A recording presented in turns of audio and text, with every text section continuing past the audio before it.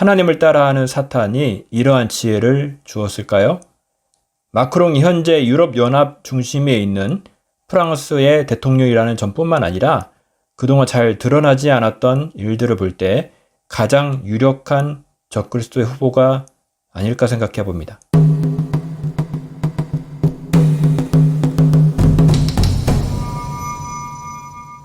우리는 마지막 때에 나타날 적그리스도가 누구일까에 대한 질문에 답을 알아가기 위해 앞서서 두 편의 영상을 같이 나누었습니다. 이러한 영상의 목적은 단순히 호기심으로 적그리스도가 누구인지 알아보는 것이 아니라 적그리스도가 나타날 시대에 예수 그리스도의 재림 사건이 있기에 우리가 잠잘 것이 아니라 깨어나야 할 시기임을 알리기 위한 것이 목적임을 말씀드렸습니다. 앞선 영상은 적그리스도가 어느 지역에서 나타날 것인가라는 질문에 답하기 위해 예언서인 다니엘과 계시록을 중심으로 예언을 설명하는 데 집중하였습니다. 이 내용을 간략히 빠르게 정리를 해보도록 하겠습니다. 첫 번째로 느부갓네살의 꾼 신상에서 철로 된 종아리는 로마 제국인데 이 철이 발과 10발가락 시대에도 연이어 나타난다는 것을 보았습니다. 이는 로마가 마지막 시대에 신성 로마 제국으로 부활한다는 것이고 유럽연합을 통해서 적그리스도가 올 것이라는 것을 알아보았습니다. 두 번째로 다니엘이 환상 가운데 본 네 짐승은 과거에 있었던 제국이 아니라 마지막 시대, 즉 이 시대의 나라일 수도 있다는 가정하에 살펴보았습니다. 이 네 짐승에서 중요한 두 가지 포인트가 있는데 첫 번째 포인트는 다니엘에서는 이 네 짐승이 따로따로 떨어진 짐승으로 나타나는데 계시록에서는 복합적으로 합체된 것으로 표현하고 있다는 것입니다. 이것은 서로 다른 나라가 하나의 연합체를 만들 것을 상징하며 마지막 때의 세계 단일 정부의 탄생을 의미하기도 합니다. 두 번째 포인트로는 다니엘의 본 짐승에는 있었는데 계시록에서 합체된 짐승에서는 빠지는 짐승이 있다고 했습니다. 그것은 독수리 날개이며 앞으로 탄생할 세계 단일 정부에서 독수리 날개인 미국이 빠질 것을 암시한다고 말씀드렸습니다. 지금 트럼프 행정부가 글로벌리스트들과 싸움을 벌이고 있는 것은 이러한 예언의 맥락에서 본다면 지금의 현상이 이해가 되실 것입니다. 또한 대한민국에도 사회주의 전체주의로 가려고 하는 자들이 권력을 잡았는지도 이해를 하실 수 있을 것입니다. 마지막 때에는 전체주의의 세계 단일 정부가 있을 것을 하나님의 말씀은 증언하고 있기 때문입니다. 트럼프가 하나님이 택하신 종이 아니고 글로벌리스트와 같은 편이라고 주장하는 분들이 계신 것으로 알고 있습니다. 그 근거로는 악한 영을 따르는 자들이 만든 상징이나 애니메이션, 카드, 영상들을 그 근거로 내세우고 있습니다. 다시 한번 확실히 말씀드리지만 그러한 것들은 참고는 할 수 있겠지만 근거가 될 수 없습니다. 그러한 내용은 악한 영들이 이루어지기를 바라는 것일 뿐이며 하나님께서 허락지 않으시면 성취가 되지 않는다는 것입니다. 한 치 앞도 모르는 사람이 현 시대를 비추고 미래에 일어날 일들을 이야기할 때에는 하나님께서 주신 말씀, 특히 예언의 말씀으로만 비출 수 있음을 다시 한번 말씀드립니다. 다니엘 7장 4절에 사자에 있는 독수리 날개가 뽑혔다는 것은 미국이 사자로 상징되는 영국으로부터 나왔음을 말한다고 했습니다. 또한 곰으로 상징되는 나라는 러시아인데 현재 러시아는 유럽과는 사실상 적국이지만 프랑스 마크롱이 러시아 푸틴에게 러브콜을 하고 있는 신문 기사도 살펴보았습니다. 마크롱이 적국에게 이런 비상식적인 행동을 하는 이유를 세상적으로는 이해하기 어려우실 것입니다. 그러나 러시아인 곰이 세계 단일 정부와 함께하고 있는 예언의 말씀을 이해하신다면 이러한 일련의 사건들이 예언의 성취라는 것을 깨닫게 되실 것입니다. 이러한 국제정서는 러시아뿐만이 아닙니다. 현재 중동, 미국 등지에서 이루어지고 있는 현상들이 예언한 대로 흘러가고 있음을 깨달으실 수 있을 것입니다. 이러한 내용은 나중에 별도의 영상으로 제작을 하도록 하겠습니다. 세계의 흐름을 꿰뚫어 보아 알 수 있기에 예언의 말씀이 중요한 것입니다. 특히 마지막 시대를 사는 우리에게는 예언의 말씀을 연구하고 깨달은 만큼 더 기도하고 보는 만큼 준비하고 행할 수 있기에 더욱 중요한 것입니다. 지금 깨닫는 수준에서 멈추지 않고 준비하고 행하는 것을 조금씩 진행하고 있습니다. 앞으로 준비하고 있는 이 비전에 대해서도 같이 나누는 시간을 갖도록 하겠습니다. 다시 돌아와서 오늘은 적그리스도 후보에 있는 마크롱에 대해서 좀 더 자세히 알아보도록 하겠습니다. 다니엘 9장 27절 말씀입니다. 그가 장차 많은 사람들과 더불어 한 일의 동안의 언약을 굳게 맺고 그가 그 일의 절반에 제사와 예물을 금지할 것이며 또 포악하여 가증한 것이 날개를 의지하여 설 것이며 또 이미 정한 종말까지 진노가 황폐하게 하는 자에게 쏟아지리라 하였느니라 하니라. 적그리스도는 마지막 한 일에 즉 마지막 7년의 시작을 알리는 평화 조약을 이스라엘과 맺을 것이며 한 일의 절반 즉 3년 6개월 후에 제사와 예물을 금지하며 온갖 포악한 짓을 행하게 될 것입니다. 엠마누엘 마크롱의 전체 이름과 그 의미에 대해서 알아보겠습니다.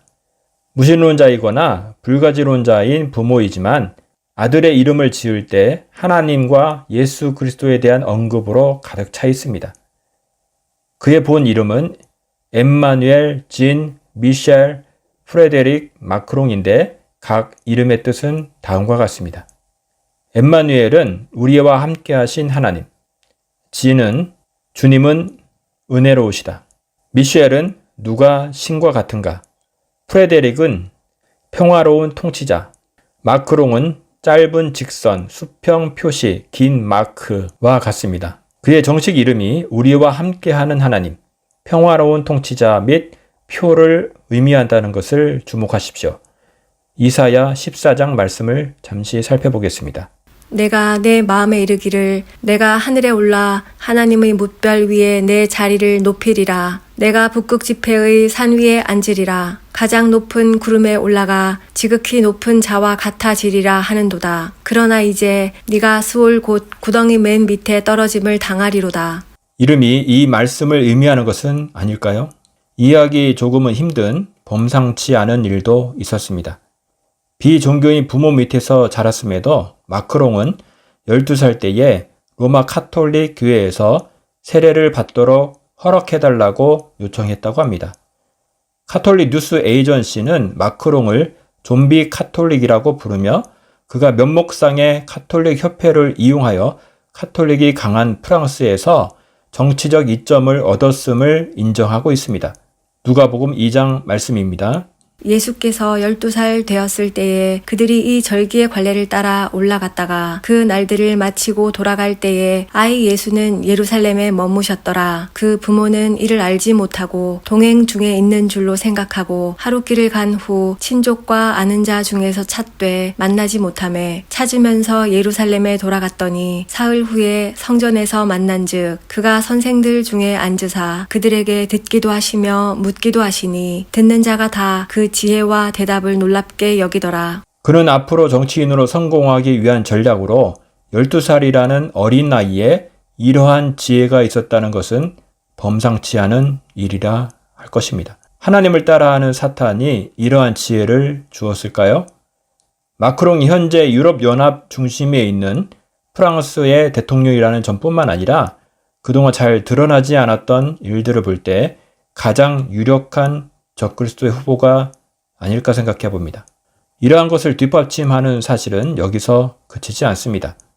적그리스도가 되려면 유대인이어야 하는데 마크롱의 가계도를 통해 1700년대 초 6, 7세대로 거슬러 올라가면 마거리트, 루이스 및 자크 헤세라는 이름의 헤세 가문에 대한 여러 연결점을 찾을 수 있습니다. 헤세 가문의 뿌리는 독일 유대인 조상임을 알 수 있습니다. 또한 적그리스도를 나타낸다고 알려진 이사야 10장 말씀에 의하면 적그리스도는 아시리아, 즉 아시라인이어야 합니다. 이사야 10장 말씀입니다. 아수르 사람은 화 있을진저 그는 내 진노의 막대기요 그 손의 몽둥이는 내 분노라. 내가 그를 보내어 경건하지 아니한 나라를 치게 하며 내가 그에게 명령하여 나를 노하게 한 백성을 쳐서 탈취하며 노략하게 하며 또 그들을 길거리에 진흙같이 짓밟게 하려 하거니와 그의 뜻은 이같지 아니하며 그의 마음의 생각도 이같지 아니하고 다만 그의 마음은 허다한 나라를 파괴하며 멸절하려 하는도다. 마크롱의 조상 가운데 시리아 안티오쿠스 왕의 장군 중 유대인을 증오했던 프톨레마이오스 도리메네스 마크롱 장군이 있었습니다. 유대인 백과사전에서 찾아보면 프톨레 마크롱 장군이 유대인의 원수로 기록되어 있음을 확인할 수 있습니다. 2018년 프랑스 대통령 마크롱은 영국에 보관되어 있는 아시리아 유물에 대해서 원래 있던 시리아 느니웨로 보내야 한다고 협상을 합니다. 현지 언론들은 남의 나라의 유물에 외국의 대통령인 마크롱이 관심을 보이는지에 대해서 궁금해해야 할 정도였다고 합니다. 여담이지만 영국 옥스퍼드 대학의 세레나 위스놈 박사의 연구에 대해서 잠시 나누도록 하겠습니다. 세레나 박사는 아시리아 문학을 연구하는 박사로 점토판에 있는 아시리아 주술법에 관해 연구를 했습니다. 아시리아인들은 양의 내장 모습으로 미래를 예측하였었는데 반란이 일어나는지 누가 왕좌를 차지할 것인가와 같은 정치적 예측으로 사용하였습니다.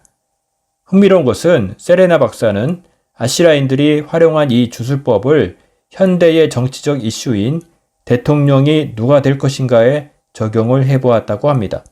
그래서 2016년에 있었던 미국 대통령 선거에서 트럼프가 당선이 될 것이고 2017년 프랑스 대통령 선거에서 마크롱 대통령이 될 것을 예측했었다며 지금까지 확률은 100%라며 웃으며 이야기하였습니다.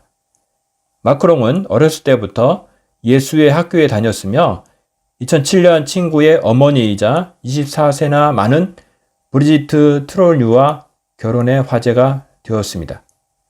아내는 고등학교 문학 선생님이었는데 선생님은 유부녀였고 당시 마크롱 같은 반 학생을 포함한 3명의 아이가 있는 상태였습니다.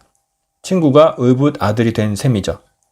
학생 시절부터 매주 희곡을 쓰면서 만나왔으며 이를 안 마크롱의 부모가 전학을 시켰지만 이후 줄기차게 연락한 끝에 브리지트는 남편과 이혼하고 마크롱과 결혼했다고 합니다. 그가 다녔던 예수의 사립학교의 반 친구인 앙투안 마게트는 마크롱은 대부분의 사람들이 TV만 보던 나이에 책을 읽었습니다. 그는 어떤 면에서 교사와 동등하거나 더 높고 더 빠른 지능이 있었습니다. 그를 만난 모든 사람들은 그가 특별한 사람이라는 것을 그 당시에 알고 있었습니다. 그가 다르다는 것을. 여기서 끝나지 않습니다. 계시록에 의하면 적그리스도는 로마 교황과도 밀접한 관계가 있어야 합니다. 요한계시록 17장 17절 말씀입니다. 이는 하나님이 자기 뜻대로 할 마음을 그들에게 주사 한 뜻을 이루게 하시고 그들의 나라를 그 짐승에게 주게 하시되 하나님의 말씀이 응하기까지 하심이라. 마크롱 대통령은 프란치스코 교황과 아주 친밀하며 이번 코로나 문제를 해결하기 위해 누가 나서서 리더가 되지 않으려 하나 마크롱이 나서서 교황과 자주 만나기도 합니다. 2018년 6월 교황을 만나기 전에 마크롱은 스스로를 불가지론자 카톨릭 신자라고 선언했습니다. 그럼에도 마크롱은 프란치스코 교황의 어깨에 손을 얹고 양뺨에 키스했으며 사도 궁전에 있는 교황 도서관에서 거의 1시간 동안 이야기를 할 정도로 친밀한 관계에 있습니다. 마크롱은 로마를 방문하는 동안 프랑스 군주제와 오랜 관계를 유지해온 라테란 대성당에 가서 성 요한 라테란의 명예시조 정경으로 지명을 받았습니다. 그러한 영예를 받는 것은 최초이며 유일한 사람으로 교회와 국가의 관계에 있어서 매우 중요한 의미가 있습니다. 마크롱의 전임자들 중 몇몇은 이 영예를 거부했지만 마크롱은 당선되자 주저없이 그 제안을 받아들였습니다. 이것이 왜 중요할까요? 마크롱에 수여된 이 영예는 왕이 개신교를 완전히 공개적으로 포기하고 그의 왕좌를 로마 카톨릭 교회에 바친 것을 기념하는 것이기 때문입니다. 여기에 규정된 권리는 종교직에 대한 봉헌권입니다. 과거로 이야기하면 황제로 여겨질 수 있는 마크롱은 신성 로마 교회를 소중히 여기고 지키겠다고 맹세합니다. 실제로 로마 카톨릭 신자들은 그의 방문에 대해 이는 어머니에게 돌아오는 로마의 장녀라고 말했습니다. 한 뉴스는 프랑스 지도자 교황이 교회 장녀 귀향을 방문하는가라는 헤드라인을 내놓았습니다. 프랑스는 프랑스 혁명 이전에 카톨릭 교회가 프랑스의 공식 국교였기 때문에 카톨릭 교회의 장녀로 불려왔습니다. 이는 계시록에서 교황인 음녀가 짐승을 타고 있는 모습을 성취하라는 것일까요? 계시록 17장 3절 4절 말씀입니다. 곧 성령으로 나를 데리고 광야로 가니라. 내가 보니 여자가 붉은빛 짐승을 탔는데 그 짐승의 몸에 하나님을 모독하는 이름들이 가득하고 7 머리와 10 뿔이 있으며 그 여자는 자주빛과 붉은빛 옷을 입고 금과 보석과 진주로 꾸미고 손에 금잔을 가졌는데 가증한 물건과 그의 음행의 더러운 것들이 가득하더라. 부활한 로마 제국이라 할 수 있는 유럽연합은 유럽 통일을 위한 공로로 샤를마뉴상을 수여합니다. 신선 로마 제국의 창시자인 샤르마뉴를 기념하는 것입니다. 프란치스코 교황은 2016년에 이 상을 받았으며 마크롱은 2018년에 이 상을 받았습니다. 전통적으로 이 상은 예수가 승천하신 날인 승천의 날에 수여하고 있습니다. 또한 마크롱이 압도적인 지지로 대통령이 된 지 8주 만에 자신이 로마의 신 주피터처럼 프랑스를 통치하겠다고 말을 했습니다. 범상치 않은 말입니다. 마크롱은 글로벌리스트들과의 연관성도 있습니다. 30세의 로스차일드가가 운영하는 투자은행에서 투자은행가로 일했으며 그가 일하기를 기대했던 바로 그 위치에서 일을 한 것입니다. 로스차일드가의 투자은행가로서 그는 로스차일드가와 모든 관계를 맺고 곧바로 올랑드 대통령 아래 프랑스 부총장이 됩니다. 엄청나게 빠른 성장을 한 셈이죠. 하지만 이 정도는 아직 시작도 하지 않은 성장세입니다. 2014년에 마크롱은 헨리 키신저에 의해 코펜하겐에서 열린 빌더버그 컨퍼런스에 초대되었습니다. 세계에서 가장 부유한 사람들과 만나는 글로벌리스트 엘리트 회의인데요. 논의할 주제 중 하나는 유럽의 다음 단계라는 주제였습니다. 이것이 마크롱의 정치적 미래를 시작한 것이었을까요? 2016년 4월 그는 선거 1년 전 고향에서 시민과 함께 새로운 정치 운동인 엠마케를 발표했습니다.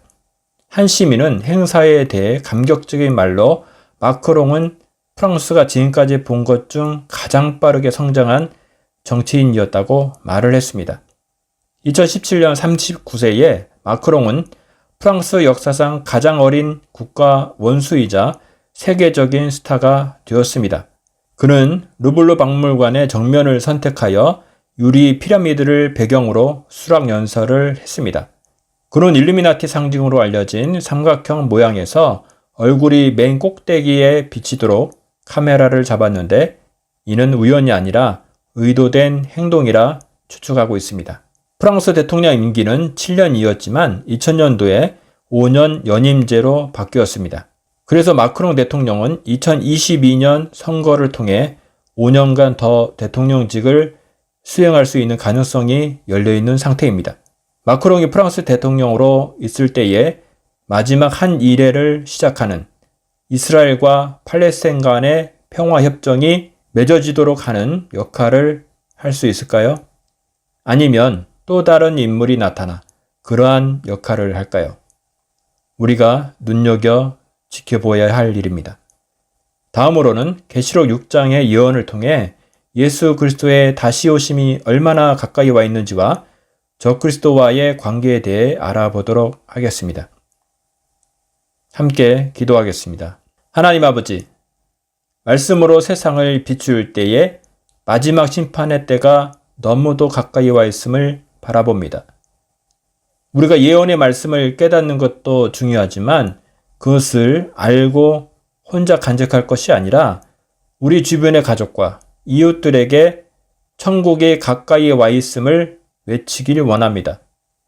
여호와를 선포하지 아니하면 내 마음에 불 붙는 것 같다고 했던 예레미야처럼 우리에게도 그 불을 주시옵소서. 생활의 염려와 걱정에 얽매인 노예로 살 것이 아니라 우리가 하나님의 일을 나의 일로 여기며 행할 때에 우리의 일은 하나님께서 행하시고 책임져 주시길 원합니다. 우리의 기도를 기뻐하시는 하나님. 하나님은 신실하십니다. 결코 포기할 수 없는 생명을 놓고 싸우는 일이 오니 우리에게 독수리의 날개치며 올라가는 힘과 능력도 주시옵소서. 예수님의 이름으로 기도하였습니다. 아멘.